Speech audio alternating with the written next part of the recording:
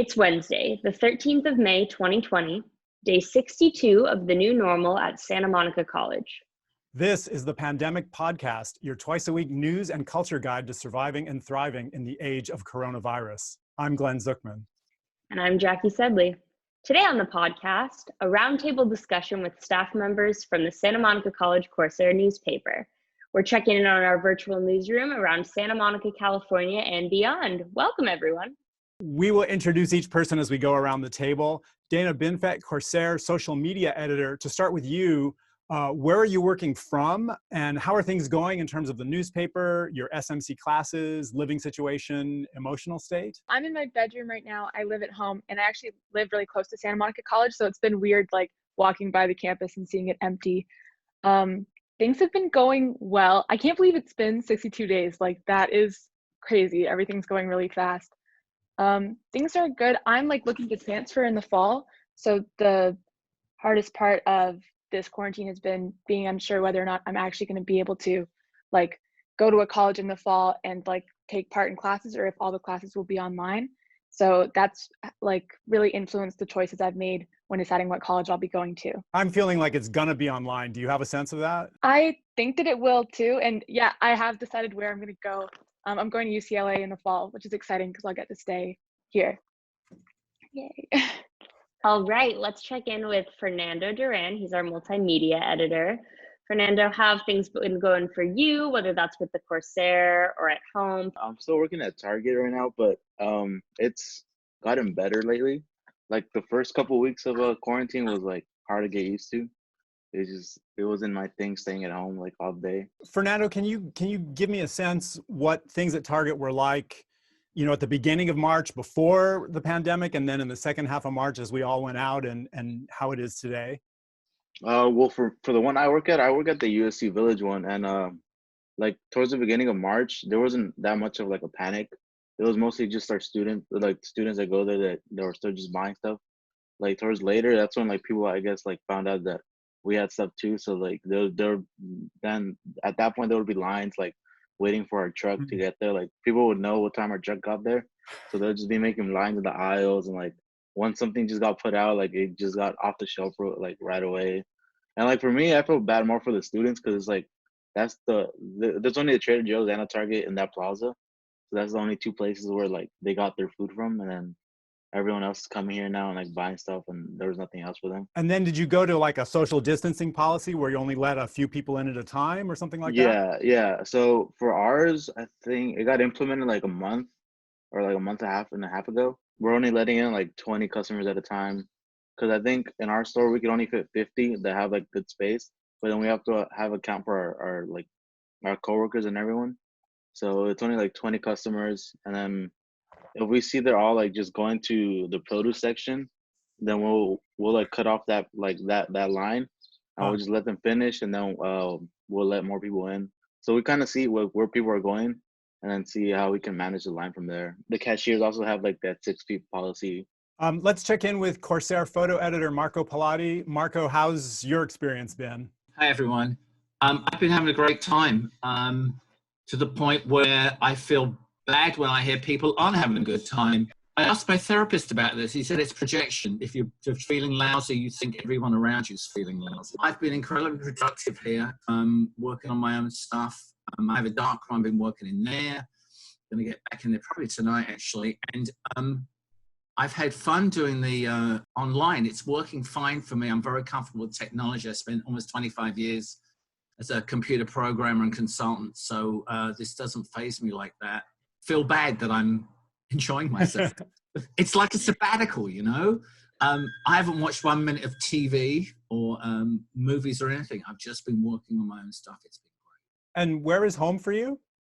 I live in Santa Monica. I've lived here since 1992. Home of the past is where are you from previously? I'm from all over the place. I was born and grew up in London. And have you been in touch with folks back there? Yeah, my sister's had the coronavirus. She only went back to work yesterday. And so how was her experience? It wasn't good, particularly she's 62 years old and she smoked cigarettes since she was 14. Wow. She was mad at herself, you know, because I would always be on her to quit. but she got pretty bad. She didn't need to go to the hospital. She was out for 2 weeks. I mean, not able to do anything for 2 weeks. She had her daughters drop stuff off on her outside her front door that she would pick up, had no contact with anyone. But it sounded rough. She actually sounded weak on the phone several times when she was in the middle of it. I was actually pretty... Wow. Well, I'm really glad to hear that she's doing better. And your perspective on this entire pandemic has always been refreshing, because when I do my check-ins with everybody, most people, rightfully so, are having a hard time. Everybody's been having their ups and downs, and you've always been the light that's kind of saying, I'm okay over here, honestly. So glad to hear it's still going that way. Carolyn, Burt, you are on the web design team and a staff writer, very proactive within the Corsair, and this is also your first semester on it. So how have things been going for you? This is my first semester on the Corsair. It's definitely not what I expected going into it. I took this class because I'm a journalism major, and for transferring to CSUN, which I got into fall, it's one of the required classes for the AA transfer degree. So I was like, okay, cool, I'll do it. I'll take it on. And the first month was exciting, and then all of a sudden we just switched online. So it's been an adjustment, but I think for the most part it's been okay. Obviously dealing with technical difficulties like the internet. Internet has never been that great, so that's been a little rough, but overall hasn't been too bad. It's been fun to take a creative approach to like going about writing stories now. Staying with the web design team, moving from Carolyn Burt to Karoline Burg, Karoline, how's your experience been? I think that overall it's been a little bit up and down. For me, like being here and being quarantined and everything hasn't been too bad. And I think that the online classes have been going fine. The worst part for me is honestly just like anxiety about whether or not the US will open up the borders again, and if I can go home for the summer or not, and just like not knowing what's going to happen in the future, kind of. And where is your family right now? Remind us. Norway. Okay. And how are things going over there with all of this for them? Over there, it obviously started before it came here. Like it got worse sooner. But right now they're actually opening up. So my sisters started school again today, and they're pretty much like opening up everything. Wow. Okay. Well, we'll keep in touch with you about that as well. But I'm glad to hear that, other than obviously the anxieties about your family being overseas, that you are kind of able to stay sane over here for the time being. Let's move over to Damaris Galliano. You're a writer for the Corsair. It's been, like Carolyn said, it's ups and downs. I've been one of the luckier ones where I've been able to keep my job and they haven't cut my pay or my hours. And it's also virtual. So I've been able to stay social distancing this whole time. But it is difficult in other ways, like can't see family. My aunts and uncles are all at risk because we have underlying health issues. And usually we'd see them like once a week. We go over there to go eat and stuff. We're very family oriented. So not being able to go over there is difficult.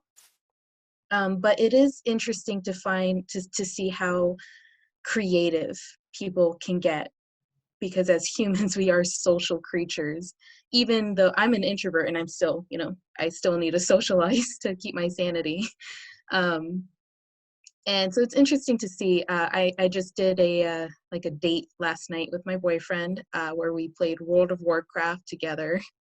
So that was actually really, really fun. I just started computer gaming, so I'm new to it, but it's actually very, very fun. So.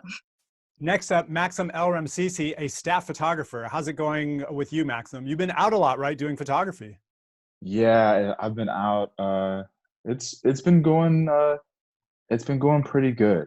Having the chance to go out and kind of survey the field has really given me a good idea of what's really going on, and it's honestly it's been a little bit concerning, but I've been happy to be able to go out and observe, and being part of the Corsair has really kind of enabled me and pushed me to do that. Actually, like right before the pandemic happened, my brother passed away. And so, being able to do this has kind of kept me from kind of entirely withdrawing, as, I feel like probably a lot of people maybe are doing right now. When you go out, how do you equip yourself to feel protected in these environments? Because you've been at the Poppies, you were down at the port. Really, the only thing that you can do is try to maintain proper distance, because I do wear a mask sometimes. For some assignments I even like double mask it, but I honestly don't really feel like the masks are adequately protective. They're not like N95 masks, because all the healthcare workers really need those ones, and people most at risk. But yeah, just keeping distance, and I'm hyper aware of anything that I touch, whether it be a doorknob or a pen, or anything like passing my ID to somebody, or somebody else touching my credit card. I used to work in a hospital, and so like I routinely had to wear gloves, and it makes me really nauseous when I see people touching their faces with their gloves, because the best way to really think about it is like you have like one kind of like germ field that's around your face, and an entirely different germ field that's on your hands, right? So like anything that your hands touch, whether it be like your face mask, like now you're cross-contaminated your gloves and your face mask. So your face mask has all the germs from your hands, and your hands have all the germs from your face mask, and it's like entirely ruining the entire point. So to all the people out there wearing gloves and face masks, put your face mask on, then put your gloves on, and don't touch your face mask with your gloves. A good reminder. Yeah, and then when you're doing it, afterwards, take your gloves off first, right? So you're not contaminating your face mask with your hand germs, and then take your face mask off. So that way, you kind of like really, I don't know, maybe I'm a germaphobe, or maybe I just am like actually trained in like how to use gloves and masks and stuff. I don't know what it is. Either way, I think this is a good moment to be a germaphobe. Right. Having that kind of background on how to use that kind of stuff has really helped me, and I do know how to use my PPE, whether or not it's really available. Kiran, Baez, you are a writer and a photographer, and I am very interested to hear your perspective, because you are actually a high school student that works for the Corsair. So on top of having the Corsair kind of thrown out of whack, you've also had your high school courses thrown off, correct? It's been a tough challenge. In fact, that's probably been the largest challenge for me when it comes to the coronavirus, at least personally, which is that I've actually had to give up attending the classes at SMC that I'm taking right now because of my revised online schedule at high school, which has thrown everything off. So I definitely feel like I've had to make quite a few sacrifices there, but in turn, I've been trying to stay as involved as possible without going into the classroom and still participating and contributing to the Corsair. So I submitted 2 different articles last night, and I've been trying to stay as active as possible. Drew Andersen, staff writer, how's your experience been going so far? Well, it's been very interesting because I have this Viking heritage. I become very restless, irritable, and discontent. And I want to be outside doing things. And the Corsair has helped me get focused and helped me to draw on my writing and my art illustration. So it's been a real challenge. What I want to get done this semester, I want to get this whole Google Drive thing down. And that's been a little bit difficult. But I love working with the Corsair. I like working with everybody. I like the social interaction because I'm with a lot of creative people. And I like these brainstorming sessions when we meet on Tuesdays and Thursdays. It's like the only experience I have that actually, I'm engaged like in a corporate way with other people, and that's something I need. I'm also trying to maintain a dating life. My girlfriend came over and showed me how to use Zoom. So we have Zoom dates, and that's kind of fun. She's studying English at UCLA. Emely, Chavarria, staff writer also for the Corsair. How are things on your end? Hello. Well, it's interesting to hear people talk about like germophobia and everything, because I personally have had like a few experiences with like OCD. So I've always been this way, so that hasn't been much of an adjustment for me. But there is a lot of uncertainty, you know, about the future. I was looking to transfer in the fall as well, out of state, and like now the whole dorming situation is very like confusing and uncertain. And yeah, I'm just trying to figure out how to plan my future when it's constantly changing, you know. So that's been a little bit difficult, but yeah, I'm trying to like be patient with myself and just take it day by day, because that's how everything's changing, you know. Next up, James Shippy, another Corsair staff writer. How's it going with you? Is 2020 over yet, Glenn? No, it is not over yet. You got a ways to go still. I just wanted to double check. Yeah, no, it's been good. I first wanted to give a shout out to Dana. I graduated from UCLA a couple years ago, so another future Bruin. It's a great school. Congratulations. Thank you. No, you're welcome. Yeah, I don't know how it's gonna, be there. But as far as right now, I mean, I've been adjusting, because this was my first semester at SMC for the Corsairs. I was trying to take this journalism class and another, like, to help with the resume and, and get experience with some writing. But I will say, even though it's online, I lived kind of far from the campus anyway. So in a way, it's kind of more convenient for me to be home, if that's a silver lining. But learning how to kind of get to know everyone online and collaborate that way, it's been kind of a good experience, all things considered, and kept me busy as well. Next up, we have Tiana Hunter, staff writer. How has your experience been? Well, it was a huge adjustment with the classes I'm taking, especially my like anthropology class, where like we need to see like the bones in person. It's like we can't. So our teacher like had to think of how to change the whole course where we could still learn and it not affect us. And then I'm still working during this time. I'm a home health aide. So there's that. And then, having my younger siblings home does not help either, especially because the youngest one is 7. So every 5 minutes, he wants you to do this, or he wants you to play this, or he's hungry, or this or that. And it's just, it could be a lot. When you say home health aide, you're still visiting people's homes that need care? Okay. Yeah, clients. So it could be like a disabled client or elderly. It just depends. It varies. Yeah. So yeah, I still do that. And then, I still have to like help here because it's just me and my mom working at this time. And so, it's like, come home, you're working, you wake up, you go work, and then you have classes in between that. So it's been a huge adjustment for me personally. But, I'm trying to look at the silver linings too, like, oh, well, at least I have time with my family and I'm not like, stuck somewhere else. And I'm also transferring in the fall. I'll be at ASU.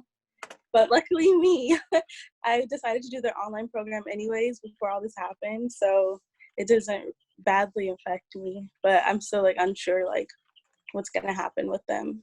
Last but certainly not least, Rebecca Hogan, you're a staff writer this semester. How are you doing? Like everyone else, up and down. Fortunately for me, I was raised a germaphobe and I've passed that on to my kids. And so social distancing and all of the new habits are kind of come naturally. My home is sort of the control center for my work and for my family. So that's been not much of an adjustment. It's continued on. But I thought, wow, well, the world's slowing down. I'm going to really catch up. I'm going to get somewhere. And it hasn't worked out that way. It's just having to, even for the Corsair, it's my first semester, and I was looking at it to kind of beef up what I was already doing in the music industry. I was looking more toward communication and social media and all of that to help me out, and I haven't been able to dive in like I thought because I'm managing parents and kids and just a family unit, just being kind of the resource center. And it's been a lot to juggle. Coming up with ways, for family or friends that are having a really hard time to just meet up, whether it's driving by in cars, or we've had to come up with a lot of I've had to come up with a lot of ways to kind of pull them up as they're sinking and maintain. And I don't really know if it's working or not.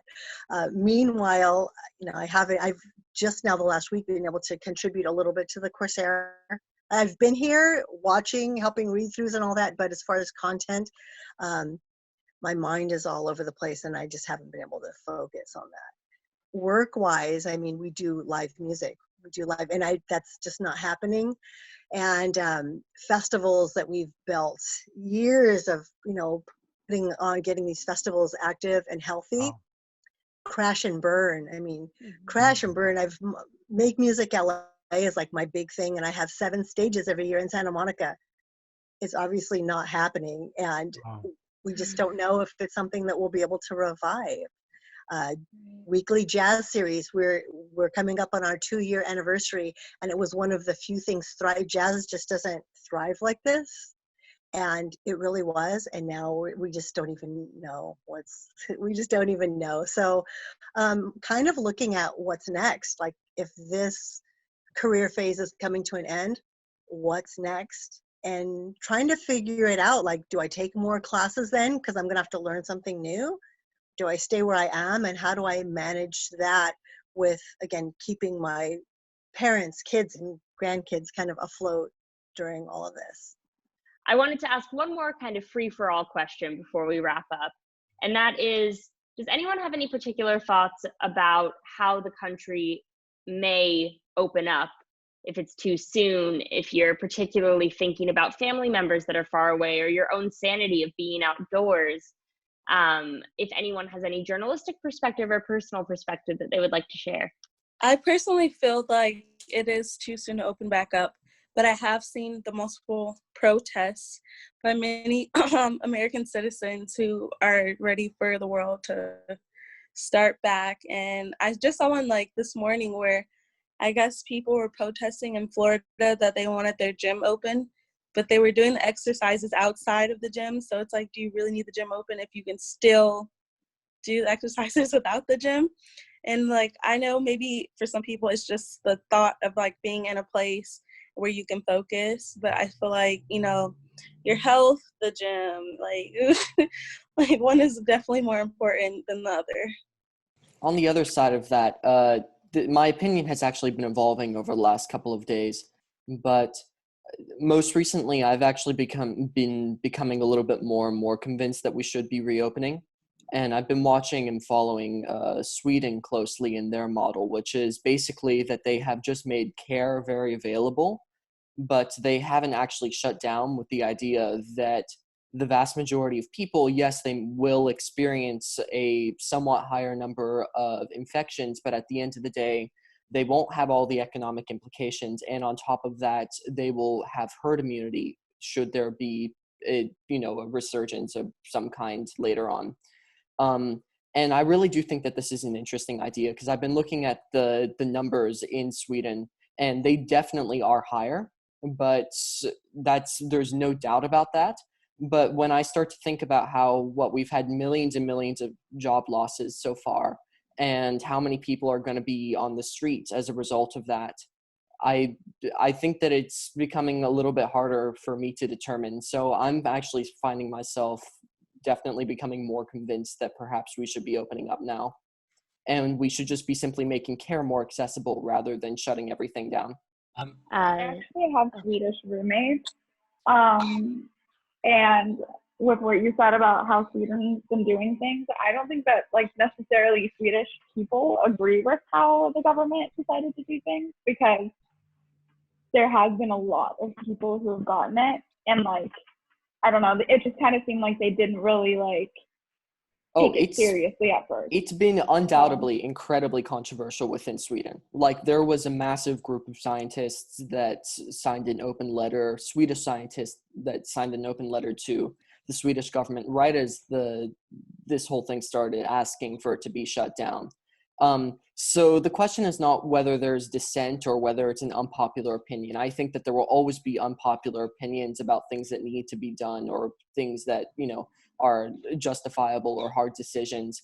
For me, the biggest difference, or in terms of opening up the US, I think that it's too soon. I think that Norway, Sweden, a lot of countries in Europe are a lot smaller. For example, Norway, like the population of the entire country is 5 million, which is insane if you think about the fact that in LA, there's more than that. I think it's interesting there's been a partisan divide on how to on the opinion of whether to open up the country and how to open it up, with some of the politicians, particularly in Texas, saying the quiet bit out loud. And it's only confirmed my suspicion that I've had for the last 20 years that the conservative philosophy, when you boil it down, is nothing more than social Darwinism. I second that. That would be the quiet bit out loud.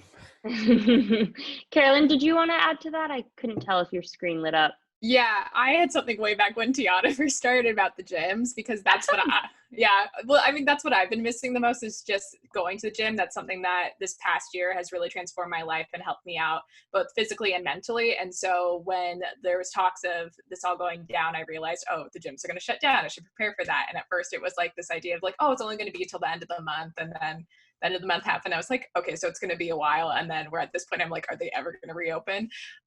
So it's been really interesting to follow that for me. And like, I had seen the Florida stuff too. I'm like, especially in Florida, I'm like, you guys have so many things reopened. Why are you complaining about this? You can figure it out. But I go to 24 Hour Fitness, and they actually just reopened their first club in Dallas. So that's been interesting to see. They sent out a whole video of like all the protocols they're doing with that. So it's going to be really interesting, just like how much of a change it's going to be. Like, I know they're doing like time slots and like having all the equipment like every other at least. I know SoulCycle also just sent out like this huge email of all the protocols they're taking, even though they don't even know when they're going to open, but it's like already trying to prepare people so that way when they do reopen, there's more of an ease into it also, of like not this fear about going back. So it seems like for a lot of stuff, when we first closed down, it was like this optimism and hope of like, this will be a month, we'll adjust, we'll come back, like we'll get to come back. And now it's like, no, we're not going to get to do that. And hopefully we'll get to do things in fall, but even then, who knows? So just trying to stay optimistic. I'm feeling like fall is a done deal, and the question is spring, actually, next spring 2021. Oh my gosh. Right. Yeah, I'm thinking like holidays too. I'm like, what's it going to look like in December? Right. You know, I discovered a few years back, before we had this pandemic, that when I went to the family Thanksgiving, the family Christmas party, and all the little cousins were crawling all over me, like half the time I would end up getting sick. And I suddenly realized letting a bunch of little kids crawl all over an old guy is not probably the best choice. And so when I go to the family parties, well, the little kids are a little bit older now, but also, I mean, even before this, I was just washing my hands constantly. And I don't get sick at those parties so much anymore. But I think 2020, I'm not going. I'll see them in 2021. Right. I do think it's too soon for specifically LA to open. As a Hispanic, we are part of the group that is being affected the most by this, both by job and health. It's Hispanics and African Americans are being affected the most. They're getting sick a lot more, it would seem. And also I think it's just because of, like Kiran said, like resources. And so I think like what this is bringing into light is that people are noticing we are not getting proper treatments, we're not getting proper care, and we never have. I do think it's way too soon to open LA, especially since the numbers are still rising and we're still in quarantine. So if we like start opening things up again and then the numbers start shooting up, you know, and then especially because like Hispanics and African Americans, they tend to have more underlying health issues. You know, I know my family, we all do. And so I wouldn't want things to reopen when I know that my family is at risk. I just want to wrap this up really quickly. I'm going to go around and I just want to hear if you can think of this one word that describes your perception on the next months of this. One word of how you're feeling, thinking, expecting. I'm going to go back in order of the roundtable at the beginning. So Dana, what would your word be? Confusion Slash excitement, if I could combine those two. I'm excited to see how it works out, but I think it'll be confusing. 1 to 3 words. 1 to 3 words is just fine with me. So confusion / excitement. Got it. What about Fernando? For me, it's uncertainty, because like I really don't. It can go either good or like really bad again. Marco? I'm both hopeful and excited. I am an eternal optimist. Carolyn? I would say frustrating, but that I would try to take it. There's this phrase I learned from a passage one time. It's kind of similar to day by day, but it's bird by bird. And it's just like reminding you to take it one step at a time. So that's what I've been trying to do throughout this, of instead of getting overwhelmed and being like, oh my God, there's so many things I can't do. Just like take it each day, take it each moment, and try to see the good in it. Damaris? Eye-opening to like just the social hierarchy that is in America. A little stressful, but also hopeful that this is the turning point where things change and change permanently for the better. Kiran? I would say personally meditative. I've spent a lot of time with myself and learning and just exploring, and it's been really wonderful in that sense. Drew, how about your 1 to 3 words? Okay, my 3 words will be 5 words. It's pray, meditate, be of service to others, surf, and exhibit youthful vigor. Love it. Love it. Emely, what about you? I would maybe say acceptance. Like I've learned kind of to accept things as they are as opposed to how I want them to be. And I'm trying to like train myself to do that now that I kind of have to, so. Great. And that can be held for the rest of your life. That's a dream of a lot of people, I think. James? Mindful optimism and getting your finances in order. That's very important. Aye, aye. Tiana? Very hopeful that, you know, things will get better and our government will do better to help support during this time, not just, you know, financially, but with healthcare wise. And Rebecca, what about you? Skeptical about how things have been handled and information we're getting and, you know, how things are going day to day. So I'm skeptical about so many things, but also thankful that in this moment, I just happened to be in a place where I was equipped to handle this and in a better situation than many others. I think we missed Karoline. I would definitely say the uncertainty or like anxiety about what's going to happen, not knowing. Well, I am so happy to hear the perspectives of journalists during this time, and I am even happier to hear that despite confusion or frustration, there's a lot of optimism and forward thinking and curiosity in the room. So thank you all 13 of you for joining us today. Thank you so much. I'll see you all on Thursday in the newsroom, virtual newsroom now. Dana, Fernando, Marco, Carolyn, Karoline, Damaris, Maxim, Kiran, Drew, Emely, James, Tiana, and Rebecca, thanks for visiting the Pandemic Podcast. Be safe, be well, and continue the important work of journalism. And check in every Wednesday and Friday for new episodes of the Pandemic Podcast.